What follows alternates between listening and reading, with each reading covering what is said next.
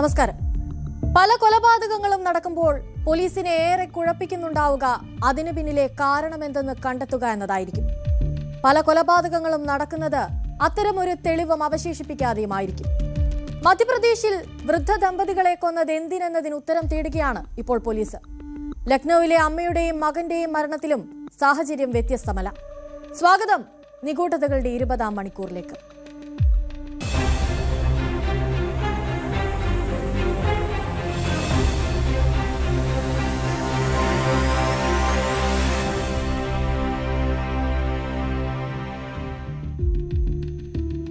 മധ്യപ്രദേശിൽ വീടിനുള്ളിൽ കൊല്ലപ്പെട്ട നിലയിൽ കണ്ടെത്തിയത് 2 വൃദ്ധ ദമ്പതികളെയാണ്. ആരാകും ആ കൊലപാതകത്തിന് പിന്നിൽ? എന്താകും ആ കൊലപാതകത്തിന് പിന്നിലെ കാരണം? എന്തായിരുന്നിരിക്കാം ആ കൊലപാതകികളുടെ ലക്ഷ്യം?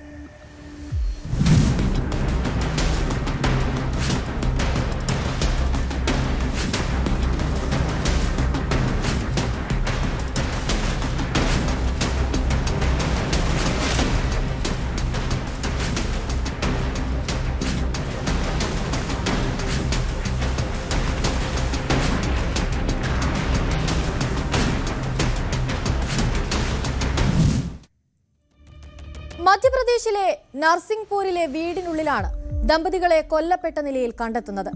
സംഭവം നടക്കുന്നത് ഇങ്ങനെയാണ്. നർസിംഗ്പൂരിലെ സൈഗേഡയിലെ വൃദ്ധ ദമ്പതികളുടെ വീട്ടിൽ നിന്നും മണിക്കൂറുകൾ പിന്നിട്ടിട്ടും ആളനക്കമൊന്നും കാണാതെ വന്നതോടെയാണ് അയൽവാസികൾക്ക് സംശയം തോന്നി തുടങ്ങിയത്. ആദ്യമൊക്കെ വീട്ടിലുള്ള എല്ലാവരും എങ്ങോട്ടെങ്കിലും യാത്ര പോയിരിക്കാമെന്ന സംശയത്തിലായിരുന്നു അവരൊക്കെ. എന്നാൽ സമയമേറെ കഴിഞ്ഞിട്ടും ആരെയും കാണാതെ വന്നതോടെ അവർക്ക് സംശയം വർദ്ധിച്ചു. ഒടുക്കം വീടിനടുത്ത് പോയി തട്ടി വിളിച്ചിട്ട് പോലും ആരും വിളി കേൾക്കാതെ വന്നതോടെ അവർ വീടിന്റെ വാതിൽ ചവിട്ടി തുറന്ന് അകത്ത് കയറിയ നാട്ടുകാർ കണ്ടത് കഴുത്തറത്ത് ചോരയിൽ കുളിച്ച നിലയിൽ മരിച്ചു കിടക്കുന്ന ദമ്പതികളെയാണ്. 70 വയസ്സുകാരനായ ചുട്ടു ചൌധരി, 65-കാരിയായ രേഖാബായി എന്നിവരാണ് കൊല്ലപ്പെട്ടത്. വിവരം അപ്പോൾ തന്നെ അവർ പോലീസിനെ വിളിച്ചറിയിക്കുകയും ചെയ്തു. സ്ഥലത്തെത്തിയ പോലീസ് അതൊരു കൊലപാതകം തന്നെയെന്ന നിഗമനത്തിലുമെത്തി. സംഭവ സമയത്ത് ഈ വൃദ്ധ ദമ്പതികൾ മാത്രമേ വീട്ടിലുണ്ടായിരുന്നുള്ളൂ. അവരുടെ മക്കളാകട്ടെ ജോലിക്കായി പുറത്തു പോവുകയും ചെയ്തിരുന്നു. സംഭവത്തിൽ പോലീസ് നൽകുന്ന വിശദീകരണം ഇങ്ങനെയാണ്. सईखेड़ा थाना अंतर्गत एक सूचना प्राप्त हुई थी सुबह, जिसमें ये एक वृद्ध दंपति जो कि इसमें एक 70 साल के पुरुष हैं और एक 65 साल की महिला है, उनकी मृत्यु हो गई है. तो उसमें मौके पर पुलिस पहुंची और इसकी इन्वेस्टिगेशन जारी है. मौके पर जो अभी प्रथम दृष्टया जो तथ्य आए हैं उसको लेके होमिसाइडल लग रहा है और मौके पे स्वयं एसपी महोदय भी उपस्थित हैं और इसमें एफएसएल, डॉग स्क्वाड, फिंगरप्रिंट सभी टीमें हैं और साइंटिफिक इन्वेस्टिगेशन के तहत इसकी पूरी विवेचना की जा रही है और इसे उम्मीद है कि इसका जल्द खुलासा होगा. പോലീസ് നൽകുന്ന വിശദീകരണം ഇതാണ്. കേസിന്റെ ഗൗരവം കണക്കിലെടുത്ത് ഡോഗ് സ്ക്വാഡിനെയും ഫോറൻസിക് സംഘവും സ്ഥലത്തെത്തി വിവരങ്ങൾ ശേഖരിച്ചിട്ടുണ്ട്. കുറ്റകൃത്യം നടന്ന സ്ഥലത്ത് നിന്ന് ഫോറൻസിക് സംഘം വിരലടയാളങ്ങളും എടുത്തു. നിലവിൽ കൊലപാതകത്തിന് പിന്നിലെ കാരണം കണ്ടെത്താനുള്ള അന്വേഷണത്തിലാണ് പോലീസ്. മോഷണശ്രമമായിരുന്നോ കൊലപാതകികളുടെ ലക്ഷ്യം? മറ്റെന്തെങ്കിലും മുൻവൈരാഗ്യം സംഭവത്തിന് പിന്നിലുണ്ടോ എന്നതൊക്കെ അന്വേഷണത്തിന്റെ പരിധിയിൽ വരുന്നുണ്ട്.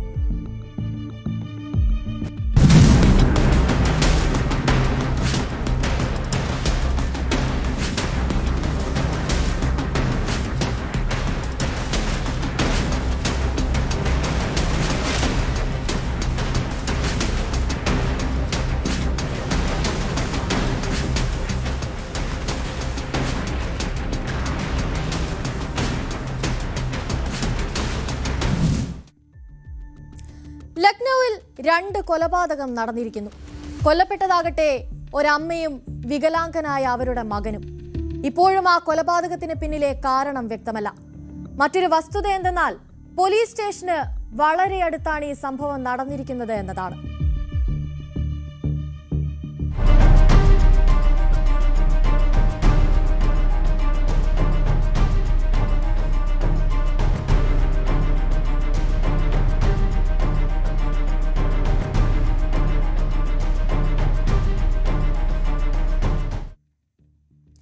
ലക്നൌവിലെ മോഹൻലാൽ മോഹൻലാൽഗഞ്ച് കോട്ട്വാലി പ്രദേശത്തെ സിസൻഡി പട്ടണത്തിലാണ് സംഭവം നടക്കുന്നത്.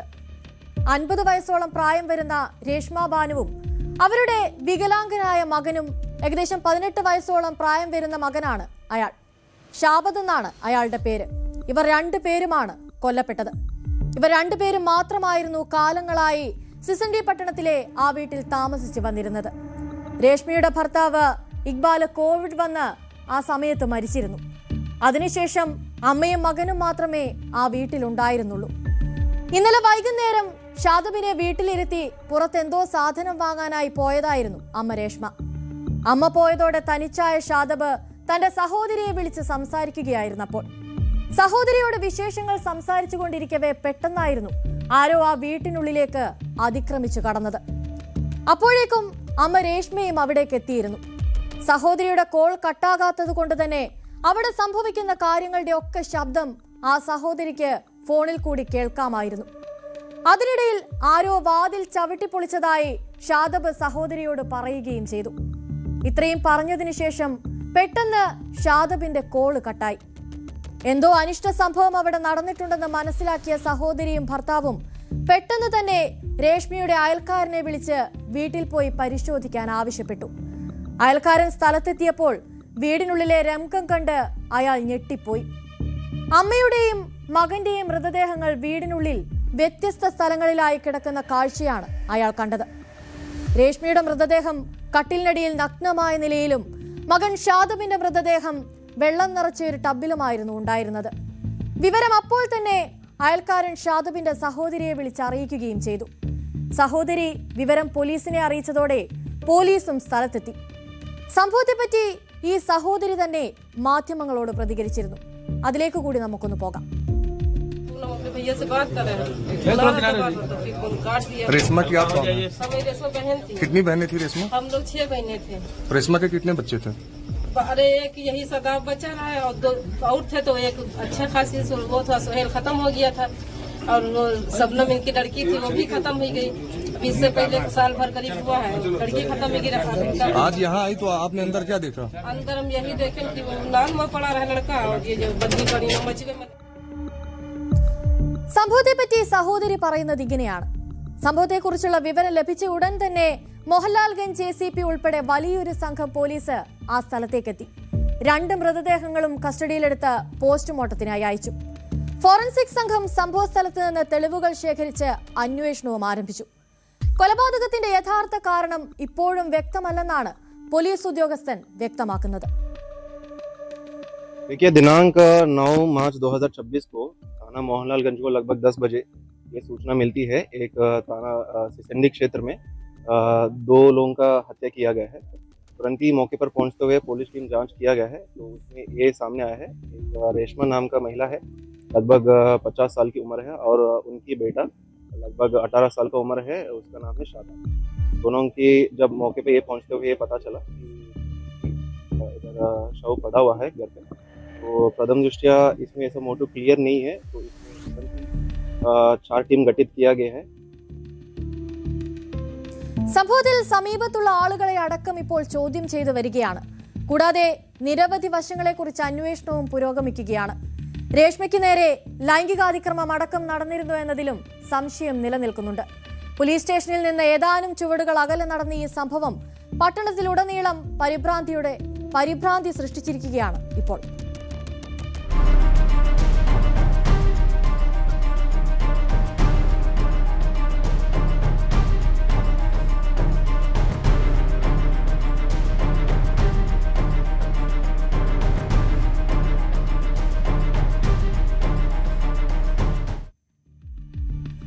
ഡൽഹിയിൽ നിന്നാണ് മറ്റൊരു വാർത്ത വരുന്നത്. അവിടെ ഒരു വ്യവസായിയുടെ കൊലപാതകവുമായി ബന്ധപ്പെട്ട് 2 പ്രതികളെ പോലീസ് അറസ്റ്റ് ചെയ്തു. 1 മാസം നീണ്ടുനിന്ന അന്വേഷണത്തിനൊടുവിൽ നീണ്ട ഏറ്റുമുട്ടലിനൊടുവിലാണ് ആ പ്രതികൾ പിടിയിലാകുന്നത്.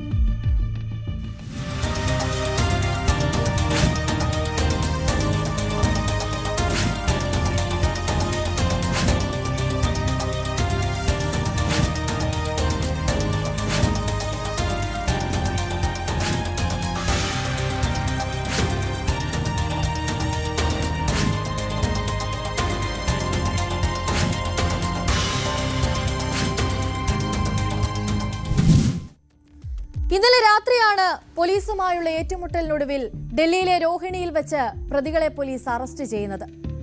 ലബവാനയിൽ വെച്ച് ബിസിനസ്സുകാരൻ വെടിയേറ്റ് മരിച്ചിട്ട് 1 മാസം പിന്നിട്ടതിന് ശേഷമാണ് ഇപ്പോൾ പ്രതികൾ പോലീസ് പിടിയിലായിരിക്കുന്നത്. ഈ 1 മാസക്കാലം 2 പ്രതികളും പോലീസിന്റെ കണ്ണുവെട്ടിച്ച് ഒളിവിൽ കഴിയുകയായിരുന്നു. 1 മാസം നീണ്ട അന്വേഷണത്തിനൊടുവിൽ പ്രതികൾ രോഹിണിയിലുണ്ടെന്ന വിവരം കിട്ടിയ ഒരു സംഘം പോലീസ് പ്രതികളെ പിടികൂടാനുള്ള എല്ലാ തന്ത്രങ്ങളും തയ്യാറാക്കി കാത്തിരിക്കുകയായിരുന്നു. അങ്ങനെ കഴിഞ്ഞ ദിവസം രോഹിണിയിൽ വെച്ച് മോട്ടോർ സൈക്കിളിൽ സഞ്ചരിക്കുകയായിരുന്ന പ്രതികളെ പോലീസ് തടയാൻ ശ്രമിച്ചെങ്കിലും പ്രതികൾ കയ്യിലുള്ള തോക്കുപയോഗിച്ച് പോലീസിന് നേരെ വെടിയുതിർക്കുകയായിരുന്നു. എന്നാൽ എല്ലാ തയ്യാറെടുപ്പുകളോടെയും പോയ പോലീസിൽ നിന്ന് രക്ഷപ്പെടുക അവർക്കത്ര എളുപ്പമായിരുന്നില്ല. അവർക്ക് ഇരുവശത്തു നിന്നും പോലീസ് 11 റൗണ്ടോളം തുടർച്ചയായി വെടിയുതിർത്തു. ആ ഏറ്റുമുട്ടലിൽ 2 പ്രതികളുടെയും കാലുകളിൽ വെടിയേറ്റതോടെ അവർ പോലീസ് പിടിയിലാവുകയായിരുന്നു. മുഹമ്മദ് ഇർഫാൻ, ഐശ്വര്യ പാണ്ഡെ എന്നിവരാണ് പോലീസിന്റെ പിടിയിലായത്. ഇവരുടെ കയ്യിൽ നിന്നും ഒരു പിസ്റ്റൾ, ലൈവ് കാർട്രിഡ്ജുകൾ, ഒരു മോട്ടോർ സൈക്കിൾ എന്നിവയും പോലീസ് കണ്ടെടുത്തിട്ടുണ്ട്. बाद में नाम पता चले मोहम्मद इरफान और ऐश्वर्या पांडे, ये पकड़े गए हैं और इन्होंने जो है पुलिस ने भी सेल्फ डिफेंस में जो है फायर किया. जब उनको ओवरपावर करने की कोशिश की, उन्होंने पुलिस पार्टी पे फायर किया, तो सेल्फ डिफेंस में भी इन्होंने फायर किया और उनको ओवरपावर किया. अभी फिलहाल ये दोनों इंजर्ड हैं, हॉस्पिटल में एडमिट हैं, मोहम्मद इरफान और ऐश्वर्या पांडे. बैकग्राउंड में मैं बता दूं कि 9 फरवरी को एक इंसिडेंट हुआ था, बवाना थाने का इंसिडेंट है, जिसमें वैभव गांधी नाम के एक बिजनेसमैन जो है ड्यूरिंग डे टाइम उस पे फायर हुआ था, जिसमें उसकी डेथ हुई थी. उसमें कुछ असेलेंट्स थे जिनके इंफॉर्मेशन आई जैसे जैसे नाम आए, और टीम ने काफी अच्छा काम किया. और उसमें उसी एफर्ट्स में जो है 5 क्रिमिनल ऑलरेडी इसमें पकड़े जा चुके हैं इस केस में, जिसकी एलिबरेट प्रेस ब्रीफिंग हमारे special CP law and order zone 1 साहब ने 15 तारीख को की थी. उसी के कंटिन्यूएशन में जो है ये हमारा इंफॉर्मेशन, जो वांटेड क्रिमिनल है, काफी डेस्परेट क्रिमिनल है ये दोनों, उसी की तलाश भी जारी थी. उसी मुहिम में ये कल रात इनका एनकाउंटर हुआ इनके साथ, और जो है ये दोनों पकड़े गए हैं. സംഭവത്തിൽ പോലീസ് നൽകുന്ന വിശദീകരണം ഇതാണ്. ഈ 2 പ്രതികൾക്കും വിദേശത്തേക്കുള്ള ഗുണ്ടാ സംഘങ്ങളായ രൺദീപ് മാലിക്, അനിൽ പണ്ഡിറ്റ് എന്നിവരുമായി ബന്ധമുണ്ടെന്നാണ് പോലീസിന്റെ പ്രാഥമിക അന്വേഷണത്തിൽ കണ്ടെത്തിയിരിക്കുന്നത്. കുറ്റകൃത്യത്തിന് പിന്നിലെ കാരണം കണ്ടെത്തുന്നതിനായി പോലീസ് പ്രതികളെ കൂടുതൽ ചോദ്യം ചെയ്യുകയാണിപ്പോൾ. വിദേശത്തുള്ള ഗുണ്ടാ സംഘങ്ങളുമായും പ്രതികൾക്ക് ബന്ധമുണ്ടെന്ന് കണ്ടെത്തിയതോടെ അവരിലേക്ക് കൂടി അന്വേഷണം നീളാനുള്ള സാധ്യതയുമുണ്ട്.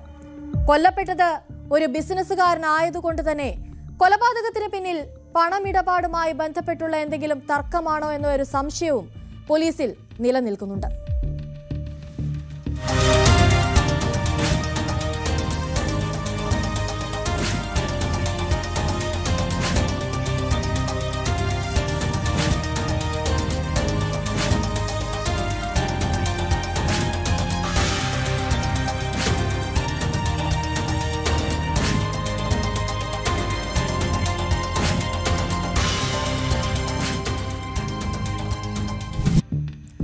ഡൽഹിയിൽ ഒരു 30-കാരന് വെടിയേറ്റിരിക്കുന്നു.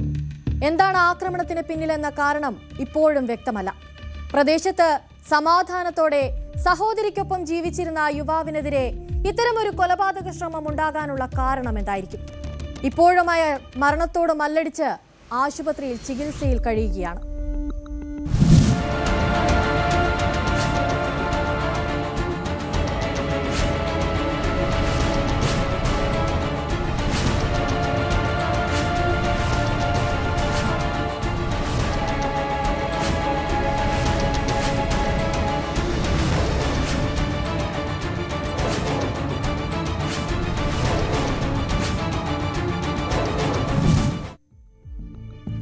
ഡൽഹിയിലെ അംബേദ്കർ നഗർ പോലീസ് സ്റ്റേഷൻ പരിധിയിലാണ് ഈ സംഭവം നടക്കുന്നത്.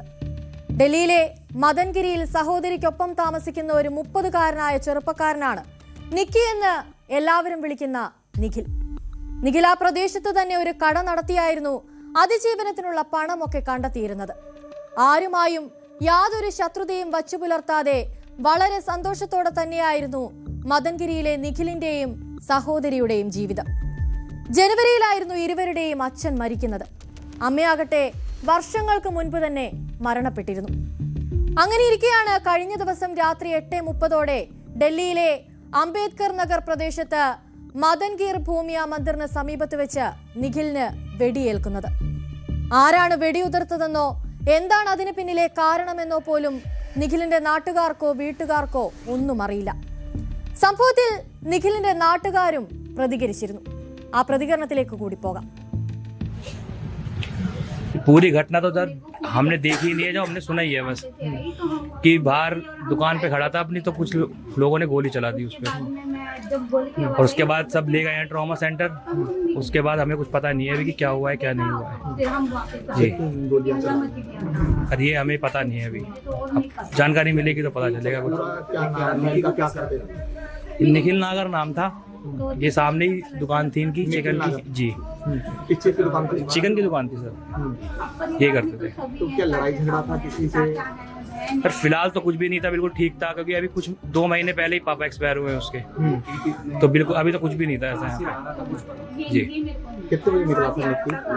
ये हमें अंदाजा नहीं है जी, क्योंकि मैं काम पे था उस समय. कितने बदमाश थे, किस चीज से थे, कितनी सर गोली मारी? कोई आइडिया नहीं है मुझे. अब मुझे पूरे का तो मुझे भी नहीं पता, वैसे ये पता था कि मैं अंदर थी तो एकदम में बंदूक की आवाज आई थी, तो हम बाहर निकले थे तो उनको गोली लगी, वो लेके गए. बस इतना ही हुआ. मैं तो अब अंदर आ गई. फिर निक्की क्या करता है? अब निक्की अपना काम धंधा करता होगा, ये भी मुझे नहीं कितने पता. साल का है? ये मेरे को नहीं पता. 30 के लगभग तो होगा ही वो. क्या आप कितने बजे की घटना है ये? ये 9 बजे की घटना है.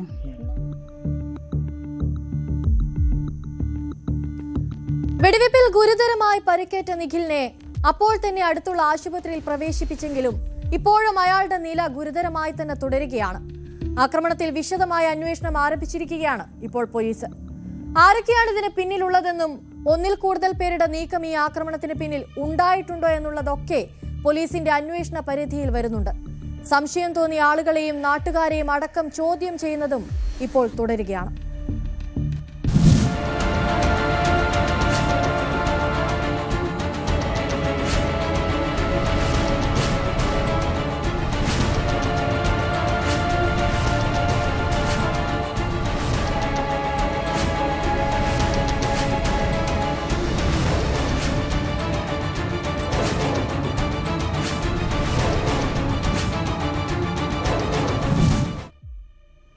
ട്വന്റി അവർ പൂർണ്ണമാവുകയാണ്.